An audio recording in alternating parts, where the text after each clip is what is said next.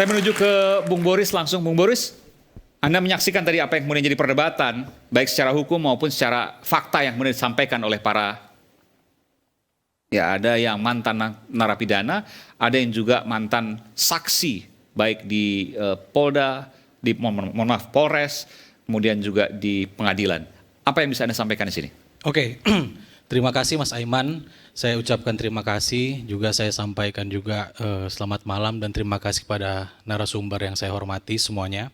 Jadi karena saya diminta sebagai seorang pakar hukum atau yang memberikan pendapat hukum, saya mau sampaikan begini. Pertama, kalau saya melihat judulnya di mana disebut Saka nekat, Saka melawan, menurut saya dia tidak nekat, dia tidak melawan. Secara hukum, apabila konteksnya ini adalah PK, dia hanya menggunakan haknya. Dan itu diatur atau diberikan oleh undang-undang.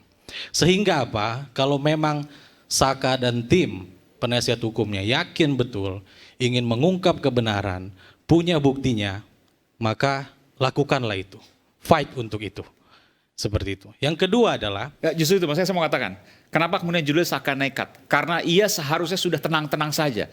Tapi dengan apa yang ia yakini, ia maju dengan segala resikonya dan itu perlu diapresiasi. ya betul, itu perlu diapresiasi dan itu adalah hak. Yang kedua adalah, tadi Saka bilang ada dia mengalami penyiksaan.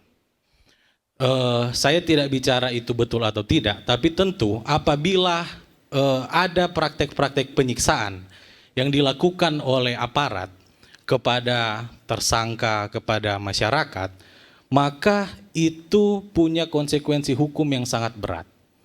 Jadi Mas Aiman, harus dibedakan penganiayaan dan penyiksaan. Itu dua terminologi yang berbeda. Kalau yang tadi diceritakan oleh Saka, menurut Anda kategori bedanya mana? Begini, kalau penganiayaan itu sipil, mukul sipil. Oke. Tapi kalau penyiksaan, itu negara, aparatur yang memukul atau menganiaya masyarakat. Itu masuknya kepada pelanggaran HAM. Itu harus kita ingat bahwa polisi itu punya perkap soal implementasi hak asasi manusia.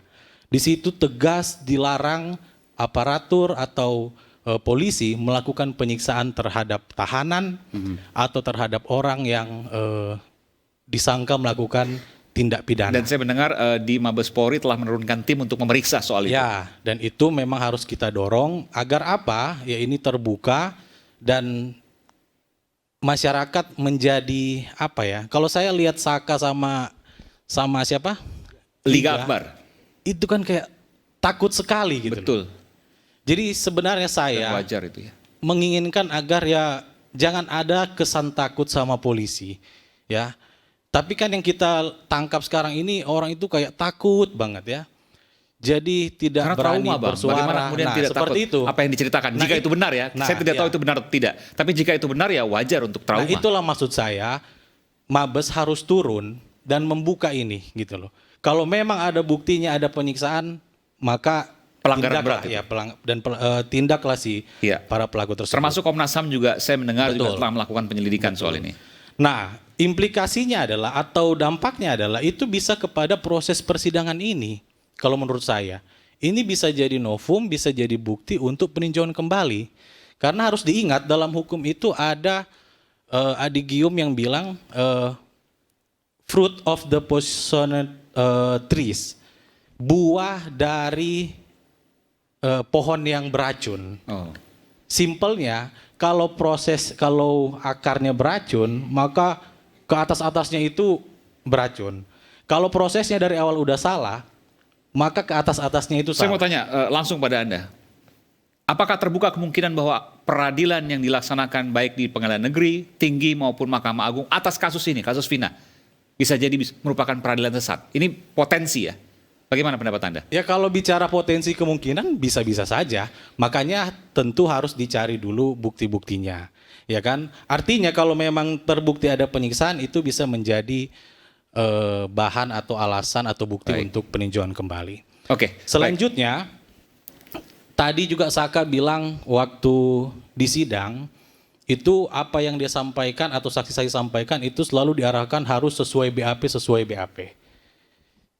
saya mau jelaskan atau mau sharing di sini yang saya pahami, BAP itu sebenarnya adalah hipotesa. Itu bukan kebenaran, belum kebenaran. That's why kenapa itulah kenapa seluruh saksi yang pernah di BAP itu diperiksa lagi di sidang, ditanya-tanya lagi, gitu loh.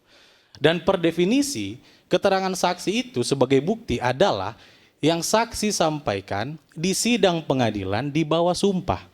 Jadi bukan yang di BAP.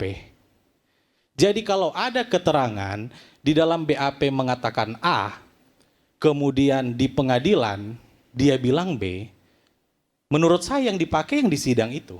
Tapi yang disampaikan oleh KKE tadi, Mbak boleh sampaikan? Saya tidak ada di sidang, Bang Boris juga tidak di sidang, bahwa apa yang disampaikan di sidang justru tidak dipakai, hanya mengacu pada BAP saja. Iya, betul. Mayoritas kurang lebih. Mayoritas selalu begitu, karena setiap Saka cerita, karena kan itu masih di bawah umur ya, dia cerita pelan, dia cerita sesuai yang, tapi selalu yang saya lihat benar enggak, dibalikin lagi ke BAP, cerita lagi, ini Saka benar tidak, balikin lagi. Jadi dia tuh mau ngungkap sebenarnya juga. Ini saksi yang meringankan maksudnya. Iya, maksudnya. Nah itulah yang saya bilang. Gitu. Yang saya bilang ya sebenarnya seharusnya semua itu adalah apa yang disampaikan di persidangan. Soal kualitasnya seperti apa, biarlah hakim yang menilai. Tapi sangatlah tidak tepat kalau seorang itu bersaksi kemudian harus diarahkan sesuai BAP. Oke, baik. Karena kalau semua harus sesuai BAP, Mas Aiman, nggak usah ada pengadilan. Oke, saya mau tanya tadi. Langsung vonis aja di polisi, BAP ketok. Karena Anda netral, tengah-tengah begitu ya, saya mau tanyakan tadi, apakah pengajuan gerasi itu menyatakan bahwa yang bersangkutan harus mengakui bersalah? Tentu normatifnya seperti itu. Ya. Tapi apakah kasusnya di Saka Tatal ini juga demikian? Ya kalau memang orang mengajukan gerasi itu syaratnya dia mengakui salah ya, Pak Rasman, itu betul. Tapi menurut saya itu tidak menghalangi juga siapapun, ya, biarlah nanti hakim yang menilai soal itu. Jadi tidak menghalangi tapi biarlah hakim yang menilai. Sebentar, saya mau tanya dulu, Saka keberatan nggak kalau saya tanya? Saka sempat mengajukan gerasi. Saka nggak ngerti. Tidak paham yang nggak ngerti. Nggak ngerti. Tapi gerasi itu ada tanda tangan biasanya. Ada tanda tangan Saka. Yang nggak tahu. Dia tidak paham ya. Saka bisa baca tapi. Saka bisa baca cuma asal tanda tangan aja. Kalau ada yang Bu Titin datang, Saka tanda tangan. Ya udah tanda tangan. Saya nggak pernah ngebaca. Nggak pernah baca. Jadi apa yang Saka tanda tangani Saka nggak tahu. Nggak tahu. Jadi Saka tuh udah percaya sama Bu Titin Waktu itu. Dan Bu Titin yang mengawal dari awal ya waktu itu ya, dari 2016. Iya. Oke. Baik. Bung Rasman, Anda bisa. Baik. Terima kasih. Izin saya dulu. Ya, silakan Pak, silakan. Saya ingin menggarisbawahi pernyataan ahli tadi terkait BAP. Ya. BAP justru yang menarik dan menjadi masalah krusial selama ini di proses penyidikan itu yaitu BAP. Dan ketika di BAP selalulah orang itu disumpah, padahal aturannya kan tidak perlu disumpah. Kecuali orang tua mau sakit, meninggal baru disumpah. Ini kebanyakan semua di BAP kemudian disumpah. Sehingga ketika diajukan di pengadilan kadang-kadang justru para saksi yang di BAP tidak dihadirkan. Dengan alasan kemudian dibacakan. Tapi ketika kita menolak terjadi perdebatan. Jadi kebanyakan permasalahan di kepolisian itu yaitu tadi ketika para saksi diperiksa selalu disumpah, padahal tidak harus disumpah. Ya. Yang akhirnya itu menjadi permasalahan yang krusial. Terus satu hal lagi ini Pak Rasman tadi menanyakan kapasitas saya. Dan Pak Rasman saya lihat dari kemarin, dari dulu menyoal kapasitas para pengacara. Saya kok jadi ini kok yang disoal para pengacara, sementara Pak Rasman sendiri kapasitasnya sebagai apa gitu. Pak Yudi tadi tanyakan. Sepakat. Dan juga bagus. Mohon maaf, kenapa sih harus suaranya keras-keras? Ini kan ada anak kecil, anak yang baru trauma. Nggak usahlah ngobrol tuh teriak-teriak. Kita semua bisik-bisik juga kedengar. Jadi tolong ke Pak Rasman nggak usahlah teriak-teriak. Kita bicara yang substantif karena berunding di sini kan untuk mencari solusi bagaimana dugaan carut-marut, dugaan rekayasa, dugaan unprofessional conduct ini supaya tidak banyak terjadi. Karena menurut Pak Reza juga dari sekian persen yang di penjara tuh banyak juga yang salah proses. Cobalah diskusi itu yang enak, nggak usah teriak-teriak. Kan kasihan Pak Rasman. Sudah, Pak Rasman sendiri, ya sudah, terima kasih. Bapak jangan ngomong ke saya yang itu. Saya ini paling paham. Kalau lembut ya lembut, selembut salju. Tapi kalau saya ngomong dipotong-potong, dikasar-kasari, ya emang kita siapa? Kita kan manusia, Pak. Nah, jadi kalau saya ngomong seperti ini, saya minta jangan dipotong, Pak ya. Pak, legal standing saya jelas, Pak. Saya nggak pernah nyodorkan diri saya, Pak. Ya, saya diundang oleh media dan bukan media ini pertama kali. Lalu kemudian di situ sebagai praktisi hukum. Begitu statement saya, lalu saya dihubungi oleh saudara Yosi Ahdian, pengacara. Yang dia sekarang dibilang bukan pengacaranya. Konsekuensinya dia bisa dilaporkan. Dia tunjuk saya sebagai pengacaranya. Jadi dua, Pak. Praktisi hukum dan kuasa hukum Yosi Ahdian. Clear sampai di situ, Pak. Jelas, Pak ya? Nah, yang kedua, saya berharap saudara atau Ananda Saka Tatal ini diberi penjelasan, Pak Agus. Kalau dia begini terus dan dia masih PB, ada masalah, ribut di luaran, takutku nanti disuruh ke dalam lagi, salah lagi pihak Kumham. Itu. Baru yang kedua tentang saudara Ali Akbar. Ali Akbar memberi keterangan sesuai dengan apa yang disampaikan di pengadilan, dengan apa yang dia cabut sekarang, nggak ngaruh dengan putusan itu. Polisi jalan terus, saya sudah cross check, nggak ngaruh. Dan itu akan jalan terus. Kenapa jalan terus? Karena keterangan dia ini pun dia bilang, dia diminta atau dibujuk atau dipengaruhi lah oleh seorang Pak Rudiana. Dan dia katanya tidak dibayar. Oke, sekarang udah begini ribut nih keterangan Ali Akbar. Liga Akbar. Apakah Liga Akbar pernah diteror, didatangi, ditekan oleh Pak Rudiana atau suruhan Pak Rudiana? Tidak. Nah sekarang aman-aman aja kok, nggak ada masalah. Nah intinya bahwa kalau pendapat saya bahwa keterangan dari Liga Akbar itu tidak mempengaruhi. Sedangkan posisi Mel-Mel, nah, kan ada banyak nih memberi keterangan. Ada Aib, ada Dede, ada Mel-Mel, ada Liga Akbar. Nah Mel-Mel itu berdasarkan data yang saya terima, diduga yang bersangkutan itu ada masalah hukum dan sedang ditahan di salah satu tempat. Jadi makanya dia tidak ketemu lagi. Jadi dibilang dia menghilang atau dihilangkan, tidak. Jadi maksudnya data yang kita Bung Rasman punya. begini, apa yang disampaikan Liga Akbar itu menurut Bung Rasman nggak masuk akal? Ya, Bahwa sebenarnya kebenaran yang telah disampaikan, bukan kebohongan. Tapi dia udah ngaku bahwa yang kemarin disampaikan bohong kok. Iya. Sekarang gini, saya juga heran. Kalau kita lihat misalnya ya pengacaranya Saka saja Bu Titin, keras loh orangnya itu. Masa sekarang kok kayaknya enggak? Ceritanya itu waktu di pengadilan dulu tidak ada melakukan apapun. Nah begitu juga misalnya dengan Liga Akbar. Kalau dia ditekan, dibujuk, dipengaruhi sampai sedemikian rupa, saya lihat statementnya di sini secara runut, kok kayaknya saya nggak percaya dengan keterangan Liga Akbar ini bahwa dia mencabut semuanya, dulu dipaksa sekarang jadi lain. Makanya saya bilang kepada Liga Akbar, kalau Anda berbohong ada konsekuensinya. Dan Farhad Abbas bilang kami laporkan. Itu kata Farhad, bukan kata saya. Nah jadi kita lihat aja nanti proses berikutnya. Baru kemudian tentang sebentar, lewat itu Bang, sebentar. Saya berikan kesempatan dulu pada Bung Yudi ya. Ya ini lagi gacornya nih ya. Sekarang gini, Pak Rasman ya. Ya sekarang tadi saya sepakat dengan tadi Pak Agus. Di luar diri kan Pak Rasman ini bukan hanya memberikan apa sih solusi hukum ini, apa sih yang harus dilakukan, ya tapi menyerang terhadap lawyer-lawyer lain. Nah sekarang aja sudah bicara ke sana, bicara ke sini. Nah sekarang kita juga tidak minta pendapat dari Bang Rasman. Ya, tidak ngaruh ke kita juga. Mau berpengaruh atau tidak, ya Liga Akbar, ya kita tidak minta pendapat saudara. Tuh sekarang ya kepentingannya di sini ya Bung Rasman ini sebagai praktisi hukum, bukan sebagai kuasa hukumnya Yosi. Jadi harus bisa menempatkan ya sesuatu pada rule-nya. Dan satu yang ingin saya sampaikan di sini, tadi Rasman sendiri kan bilang bahwa Liga Akbar sudah dilaporkan. Ya, dia yang berbicara. Saya minta bukti lapornya. Kalaupun pun emang klien saya sudah dilaporkan, baik oleh Farhad Abbas atau siapa, tapi Anda yang berbicara. Jadi saya minta bukti laporan itu dari Anda. Bung Rasman. Tadi sampaikan lewat Ya, media. Boleh saya jawab? saudara bilang mana bukti bahwa Boleh saya Peggy jawab, Mas? Setiawan, ya jangan motong-motong, karena dipotong tidak enak. Seperti yang apa yang saudara katakan. Oke, silakan. Ya, saudara tadi bilang, ya mana Peggy yang mau melakukan gugatan. Saya ada salah satu kuasa hukum Peggy Setiawan juga. Ya, ini makanya update. Ya, mohon maaf, Pak Iman.